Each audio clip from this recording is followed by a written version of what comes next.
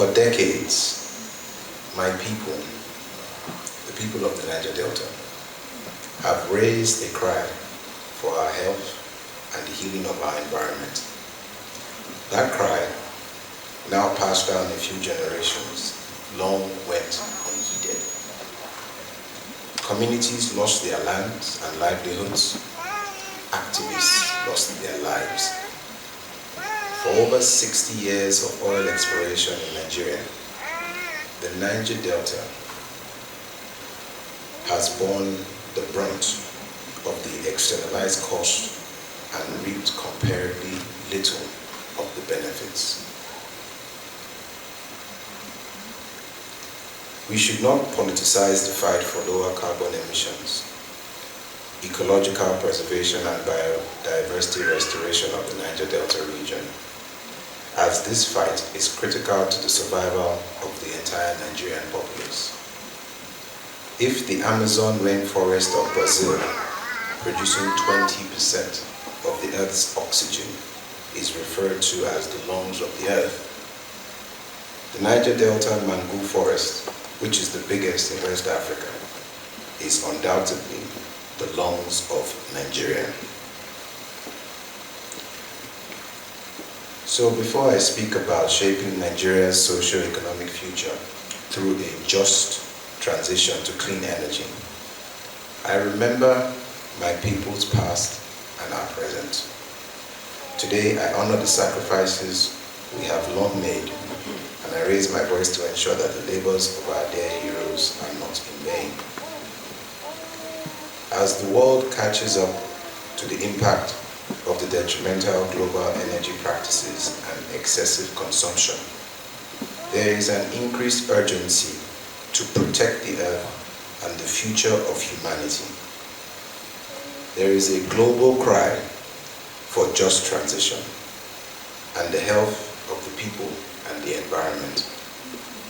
In 2015, the UN's International Labour Organization advised that a just transition for all towards an environmentally sustainable economy needs to be well managed and should contribute to the goals of decent work for all, social inclusion, and the eradication of poverty. As we discussed Nigeria's post-oil socio-economic future, it is imperative that we keep the advice before us at all times. After all, the world has seen other energy transitions, from biomass to coal, and from coal to oil. Unfortunately, those transitions resulted in worse economic outcomes for the already vulnerable communities. Which is why when I hear the phrase just transition, I focus on the word just. And I invite you all to do the same. The transition from oil to renewable energy and the net zero emissions must be a just one. Not only in word, but in deed. Without prioritizing justness, we risk further harm to our people and our environment. Justness demands two key types of preparations from us.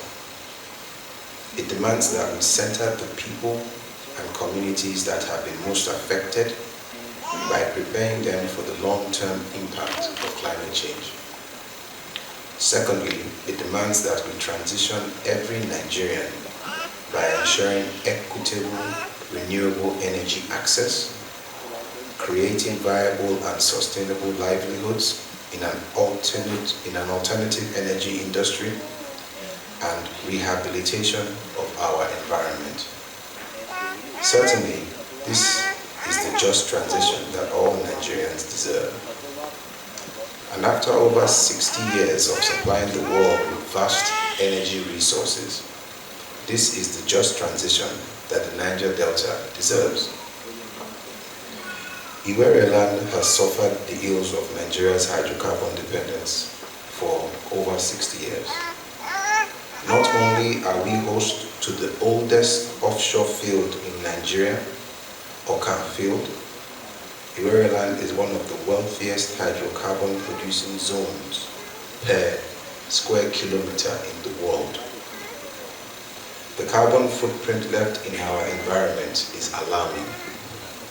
It is only just for the developed countries to fulfill the Paris Agreement of remitting $100 billion per annum to developing countries, with the Nigerian government earmarking a sizable portion to extractive communities like Iwereland and her neighbors in the Niger Delta. In Iwere Kingdom, we are determined to maximize the opportunities of a global green transition. The redesigned Iwereland Economic Master Plan is premised on the inevitability of a post-oil future. Our plan envisions an economy based on wetland agriculture, aquaculture, and ecotourism. An economy supported by clean energy, transport, and communication infrastructure. As the leader of Iwereland, I ask the Nigerian government to keep Nigerians at the heart of its just transition. The success of our nation's energy transition plan will depend on how people-focused the implementation is. Therefore, the government must work closely with stakeholders beyond planning and policy making. We can speed up Nigeria's just transition by adopting a place-based approach that aligns the implementation of the National Energy Transition Plan with the community strategies like Iwereland's Economic Master Plan. I say place-based because community needs vary across Nigeria. Therefore, the government must work with individual communities to address energy poverty and other risks while identifying their unique opportunities and creating strategies to take advantage of them justly and equitably. This will require strong leadership at the subnational level, particularly in the Niger Delta, where most of the transition resources will come from. My people and I are prepared to offer this leadership. The Nigerian government must also take a bold stand globally to ensure that developed countries live up to their responsibility as agreed in the Paris Accord by fulfilling their pledge towards climate finance for developing nations. Last year, we welcomed the Just Transition Declaration signed by developing countries at the COP26 in Glasgow. It includes a commitment to support developing countries and emerging economies in achieving a just transition to clean and resilient growth pathways. The world has long benefited from Nigeria and Africa's energy resources. Yet our continent has historically contributed less than 4% of greenhouse gas emissions. Unfortunately, this doesn't shield us from the effects of global warming. In fact, we are disproportionately affected, as the UN's Intergovernmental Panel on Climate Change 2022 report shows that Africa is warming faster than the global average. Our people are more exposed to acute energy, food, and water insecurity. Our government must push for action, not mere commitments. But this is not a call for handouts. This is a call for justice and accountability. And it is a critical call because Africa will play a key role in combating global warming. In fact, I'll take that again. And because Africa will play a key role in combating climate change. For example, the Niger Delta is home to the second largest swamp forest in Africa, making it a critical biodiversity hotspot and a carbon sink in combating climate change.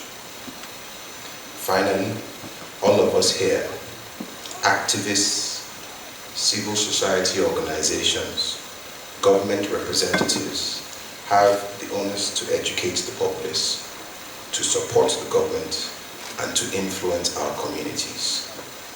For many right now, a transition implies an uncertain future. But the reality is that fossil fuel exploitation has already done harm and will continue to harm the future unless we are proactive and firm. We must not be so invested in maintaining the already failing status quo that we jeopardize the future out of fear. Our transition to renewable energy is not something to be left to only Nigerians who can afford solar power or other renewable sources. That will not be nearly enough. It is time for us to take a stand for Nigeria's future. The environmental and socio-economic impact of fossil fuel exploration in Nigeria exists beyond statistics. It is stamped in our polluted land.